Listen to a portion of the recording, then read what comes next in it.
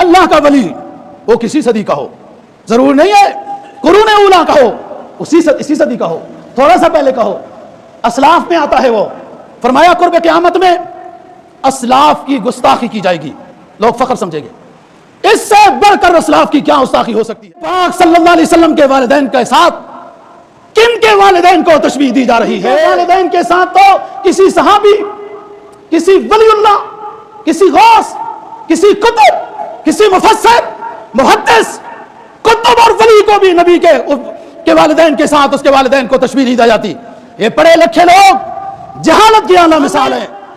نبی پاک صلی اللہ علیہ وسلم کی گستاخی کی جا رہی ہے، معصوم بچوں سے کرائی جا رہی ہے، یہ تربیت کی جا رہی ہے اور ساتھ تالیاں بجائے جا رہے ہیں.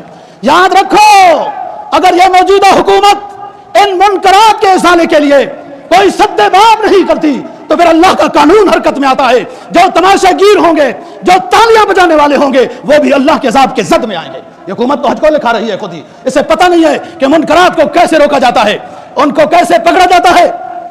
دوسری حصہ دیکھیے، اس سے پہلے نبی پاک صلی اللہ علیہ وسلم کے زمانے میں 10 سال جہاد ہوا. 10 سال آپ کے دور میں، بدری دور میں 257 250 کے لگ بھگ حضرات صحابہ رضی اللہ تعالیٰ عنہ شہید ہوئے، اور اس میں بھی 2 جگہ بہت زیادہ شہید ہوئے.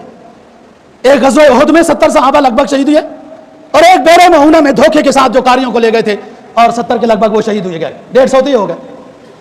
10 سالہ جہاد میں 250 کے لگ بھگ حضرات صحابہ رضی اللہ تعالیٰ عنہ شہید ہوتے ہیں.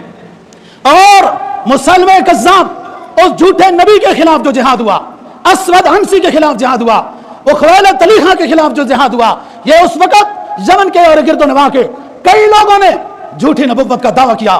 حضرت عمر فاروق رضی اللہ تعالیٰ عنہ تو کچھ سوچ رہے تھے زکوٰۃ کے منکرین زکوٰۃ کے خلاف بھی وغیرہ، لیکن حضرت ابو بکر صدیق رضی اللہ تعالیٰ عنہ امت کا پہلا خلیفہ بلا فصل حضرت ابو بکر صدیق رضی اللہ تعالیٰ عنہ نے اس جہادی قافلے کو تشکیل دیا جو ان منکرین ختم نبوت کے خلاف جہاد ہوا. یاد رکھو، تاریخ کی بات کو یاد رکھو کہ آپ کے 10 سالہ دور میں 250 کے لگ بھگ حضرات صحابہ شہید ہوئے، اور جھوٹے نبیوں کے خلاف جو جہاد ہوا اس میں ہزاروں صحابہ کرام رضی اللہ تعالیٰ عنہ شہید ہو گئے.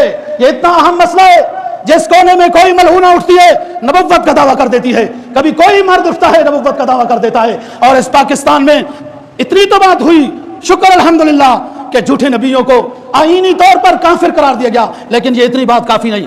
حضرت ابو بکر صدیق رضی اللہ تعالیٰ عنہ کے دور میں جو جھوٹے نبی اٹھے صرف کافر نہیں قرار دیے گئے، دنیا ہستی سے ان کو مٹایا گیا، ان کو ختم کیا گیا. جو جھوٹے نبی